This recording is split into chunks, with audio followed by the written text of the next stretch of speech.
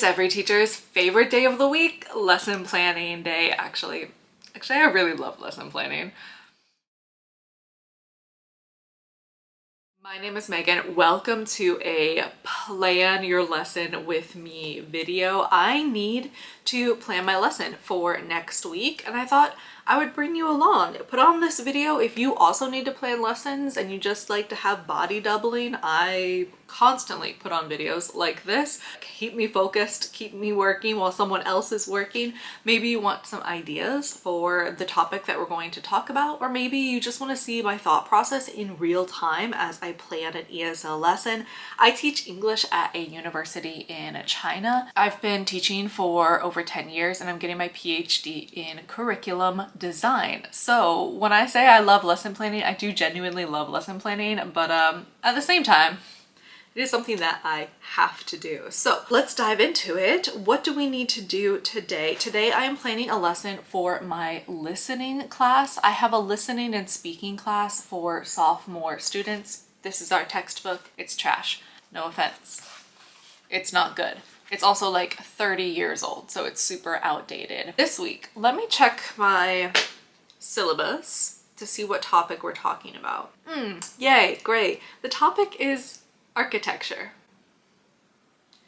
Yeah, my students are gonna love that. Who doesn't love just talking about architecture? As a listening course, what I'm going to do is I'm going to look through chapter 8 and see which listening audios are going to be the best. I'm going to actually listen to them as well, because sometimes the quality is so poor you can't actually make out what they're saying. Sometimes the vocabulary is just really obscure and really strange. I have 5 different audio recordings. I'm gonna look through them, see which ones are most promising, and make some decisions. I'm going to probably just choose 2 or 3. My classes are 90 minutes long, if that's useful to know as well. So I do need some listening work, but it's also a listening and speaking course. So I need to add in some speaking exercises as well.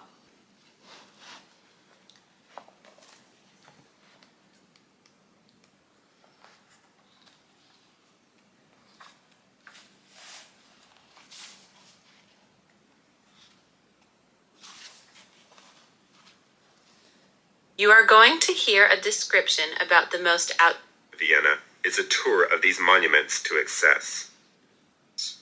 It was first used as a public art gallery in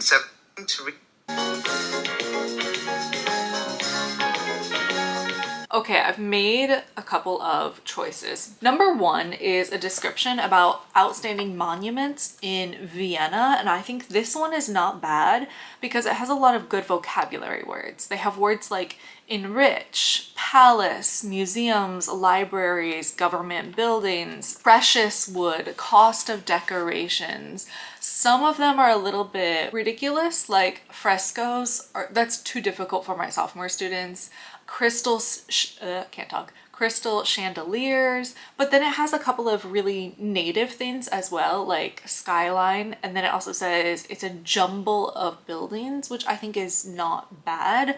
I also like that it has a mixture of numbers because we haven't practiced numbers in a while. So it has something like 450 feet into the sky, climbing 343 steps, this 20th century, stuff like that. I think that's pretty useful because we haven't practiced it in a while. So I think the Vienna one is a contender. I think the next one that's a contender is actually number 2. This one is all about the Louvre. It has some details about it, and I think this is good because students are actually familiar with the museum. They've heard of it. Also, the glass pyramid was designed by a Chinese American architect, so I think that's interesting for my Chinese students.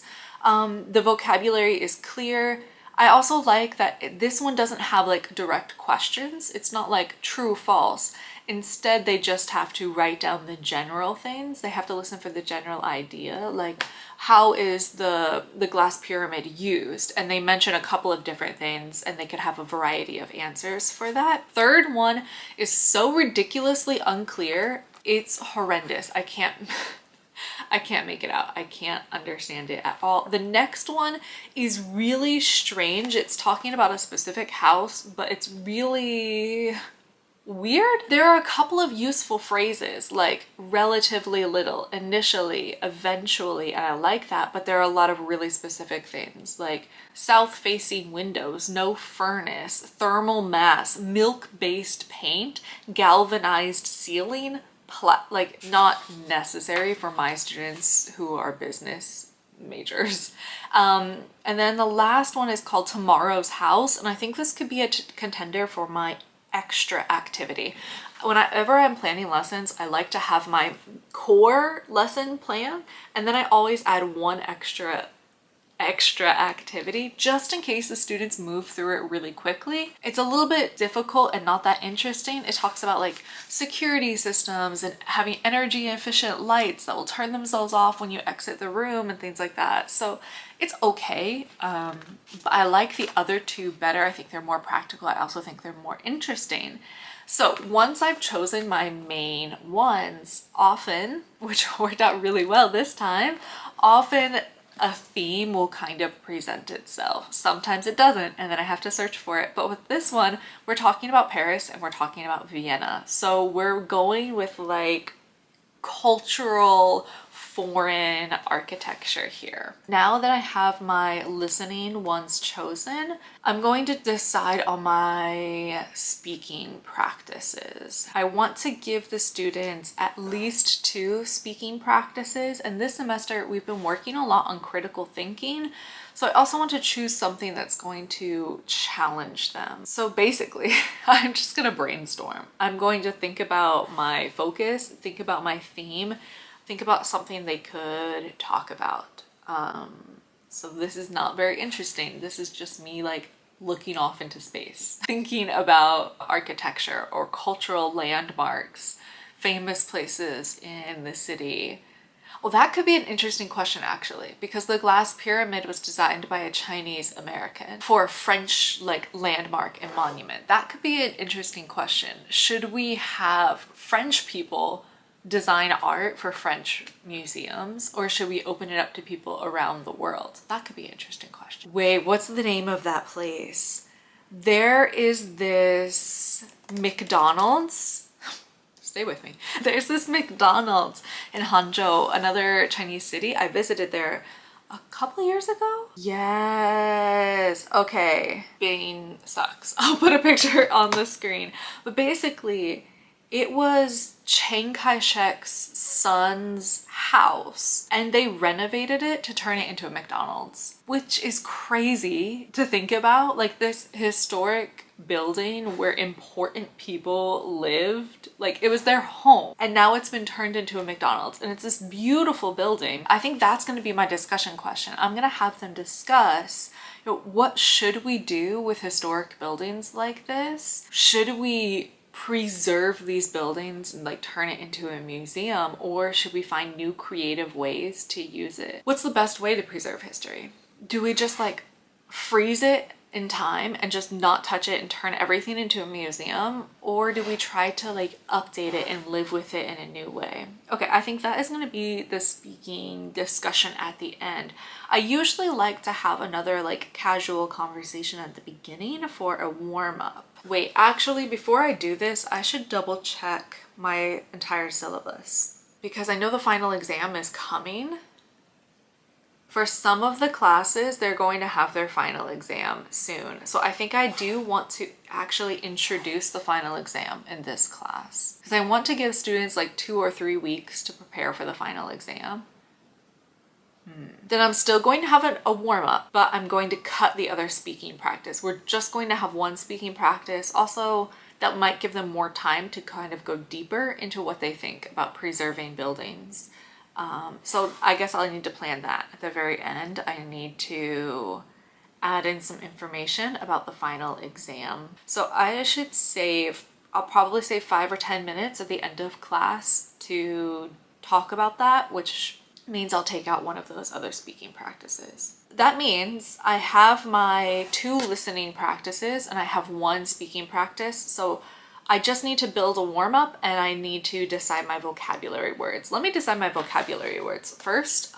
Basically, how I choose my vocabulary is I just go through the textbook and I look at what words they're going to need to know in order to get the answers right and to understand the listening. And I also look at the speaking practice as well. For example, the word preserve might be a really useful word for them. I try to imagine what words they're going to need in order to express their opinion.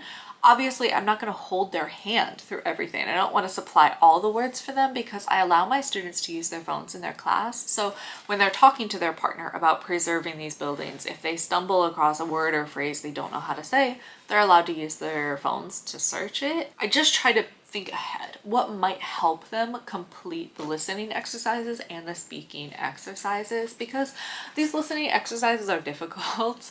I don't want them to be super discouraged. If I can teach them some of the words that they're going to hear in the listening, they might feel better prepared. So I'm just gonna thumb through the book and see which words are going to be best. I usually limit myself to just 10 words.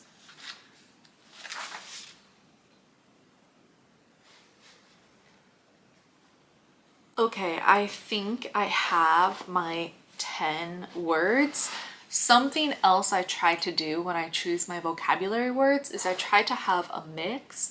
My students are sophomore English majors, but in one class there can be a variety of levels. Some of the students are much higher than others. So I want to create a list where there's something for everyone. The lowest level students can still learn some new simple words, and then the highest level students can also be a little bit challenged as well.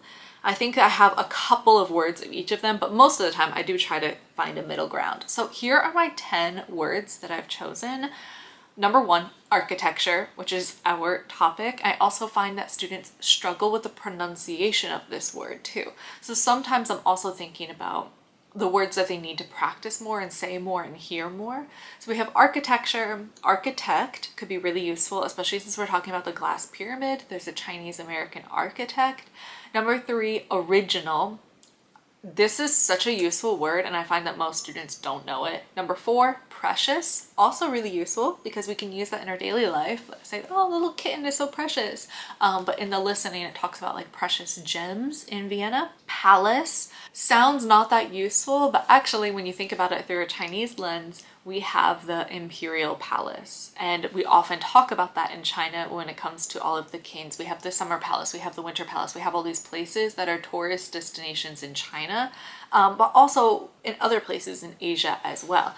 When you visit Thailand, there's the palace that you can visit. So these things are useful for traveling, but also for sharing Chinese culture. Next one is skyline. That's talked about in one of the listenings. Imperial. Again, we are talking about the Imperial Palace, but it's also in our listening textbook. Pedestrian is also in the textbook, and I find most students don't know that word. And then we have 2 words that I think will be really helpful for the discussion. Number 9, number 10 are ruins and persuasive. Because it is going to be a persuasive discussion, but also that's for the final exam as well. So the more difficult words I think are imperial and ruins. Some of the easier words are things like precious, palace, architecture, skyline. Only thing I have to do now is decide my warm-up. I have a couple of go-tos. I have a whole video about things I like go to when I'm trying to think of a warm-up, and I can easily go for a guessing warm-up. I don't think we've done that one yet all semester. I love to do guessing ones where I show them a picture and they have to say the answer. I love doing that for travel. Like I show them different landmarks, and while I was going through here I was thinking about landmarks. That's what I was thinking of. Okay. I think I'm going to twist it though, because one of our vocabulary words in here is skyline. So what if I show them different famous skylines of cities all over the world and they have to guess what it is? Now, it's okay if they don't know it. I tell them that it's just guessing. 1, I want to improve their creativity, and I want them to not be afraid of making mistakes. So it serves those 2 purposes, but also number 3, it could help them practice their vocabulary as well. So, you know, I could do things like New York, Hong Kong. I like that one. It's a very fast one too, because I want to make sure there's enough time to have a deep discussion about the McDonald's historic building. Historic would also be a really good vocabulary word. No, they learned that one last semester in book number 2. They should already know that word. Well, my camera battery died, but I also realized that I did not make a coffee, and it is absolutely necessary to bring a coffee for this next step. Basically, I think I'm done. We have the whole lesson plan. We have a warm-up. I'm going to show the students different pictures of the skyline and they're going to guess. Then we're going to move into our 10 vocabulary words. We're going to have our Vienna listening, and then we're going to have our Paris listening. Then the students are going to discuss their opinions on preserving historic buildings, and then I'm going to introduce the final exam. What I'm going to talk about for the final exam is just basically what the exam is going to be, when the exam will happen, what I expect from them, how to get a good score, and if there are a couple of extra minutes, which I'm not thinking there's going to be, but if there are a couple extra minutes, that I'm going to give them some time to start brainstorming topics for their final exam, start working on it, ask me any questions. For homework, I don't think I'm going to give them homework this week. I think the homework is just going to be start thinking about your final exam topic.